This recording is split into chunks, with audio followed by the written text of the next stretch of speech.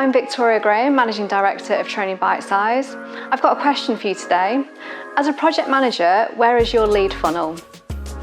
The temptation might be to skip forward at this point, but just bear with me whilst I explain why, as a project manager, you need to consider a lead funnel in your set of tools and as part of your career. The challenge for a lot of project managers that I meet is they get so heavily involved in a project to the point that next step after the project is completed can be neglected. Broadly, there are three types of project managers that I've come across. Firstly, new or aspiring project managers. Secondly, project managers working in organisations. And thirdly, contract project managers. You all have something in common, usually to find the next position, the next promotion, new opportunities, or just the next contract, to upskill as well.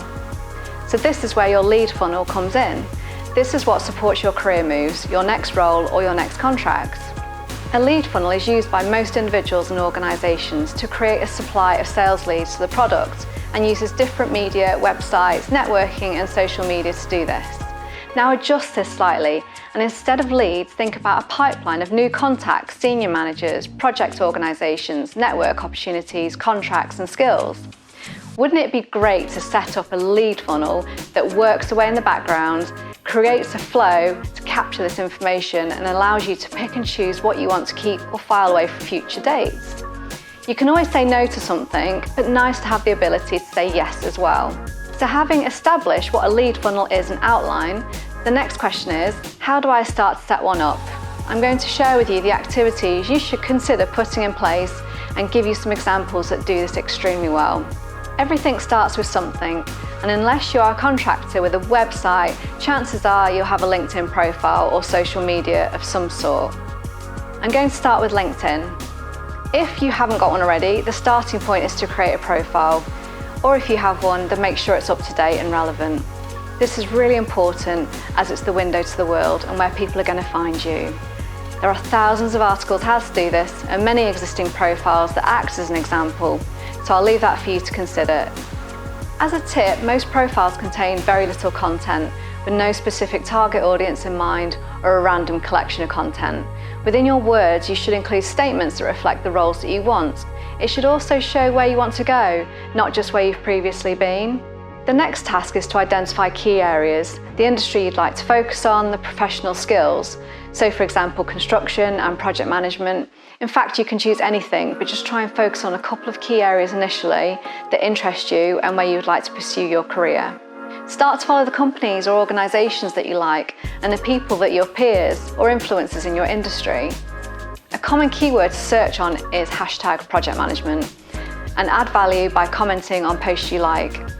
If someone's made a certification, then congratulations comment goes a long way and will usually get a response back and a possible view of your profile and a follow. Try to do this every day, just for a short period in the morning or evening, and be consistent. Longer term, ideally you want to produce your own content, then post it up, and remember to use the appropriate keywords to focus it on your market. This will lead to more connections and more people you can interact with, which in turn helps you in your career. As recruiters search on key terms, you'll start to appear at the top of the list and with some authority behind it. Clubhouse is another really good platform. It's a new social media platform on the block and hugely popular. It's worth taking a look as it can find you more connections and opportunities. Create your Instagram profile, Twitter feed, which you'll need, and start joining in rooms. There are hugely successful rooms on Clubhouse all around project management with over 22,000 followers, and they have built up a great following by giving good advice. So search on project management to find some rooms and listen in, and then hopefully go up on stage and join in the conversations and give your feedback. People will view your bio, so make sure it's relevant to what you do and want to achieve. And this will get you followers on Clubhouse, Instagram and Twitter. Let's move on to Instagram. Not always the first social media platform to think of for project managers, but with links to so many other platforms, it's worth considering. It's another way for you to connect and direct message to contacts. And if you're considering Clubhouse, it's a great opportunity to connect with new people. Let's move on to Twitter and Facebook. There are lots of other social media platforms out there, and given time, you can build up quite a following with the opportunity to create a flow of contacts and opportunities. However, all these things take time, and from a professional point of view, LinkedIn is a great place to start. Clubhouse is new, so it offers opportunities, and just maintaining the focus on one or two of these can be quite time consuming. If you want to follow Twitter, Instagram, then you should focus on major tags like #project management across these platforms, which is a great place to start. Moving on to emails. One of the potential downsides to the social media platforms is you never own your own connections. So if for any reason your account got blocked, you could lose all that hard work. When you connect with people, consider collecting their email or contact data and keep that in your address book or spreadsheet. Occasional emails with some news, updates, or informing people that you are looking for a role or opportunity is quite acceptable, and you can use free packages like MailChimp to manage this. And anyone can unsubscribe at any moment. The main thing is repurpose your content.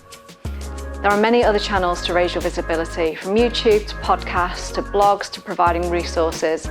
It's all about repurposing content. So your post could be on LinkedIn, could turn into a short video for YouTube. The audio could be used for a podcast, and that can be available on any major platform. A PDF document that could be sent via email. There are so many tools and free resources available that repurposing content across platforms is easier now than it's ever been. So in summary, having new connections on a regular basis raises your visibility, opens up new opportunities, and widens your circle of influence. And this is what becomes your lead funnel, or next opportunity. In a way, you have to think of yourself as a product and market yourself with that in mind.